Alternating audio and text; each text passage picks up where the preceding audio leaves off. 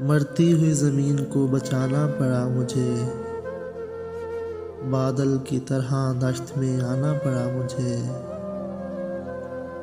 वो कर नहीं रहा था मेरी बात का यकीन, फिर यूं हुआ कि मर के दिखाना पड़ा मुझे।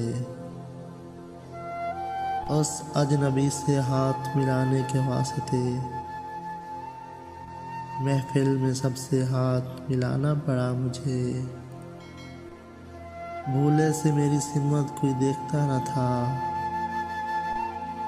चेहरे पे एक जख्म लगाना पड़ा मुझे।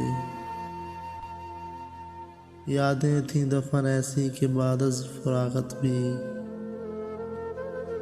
उस घर की देखभाल को जाना पड़ा मुझे।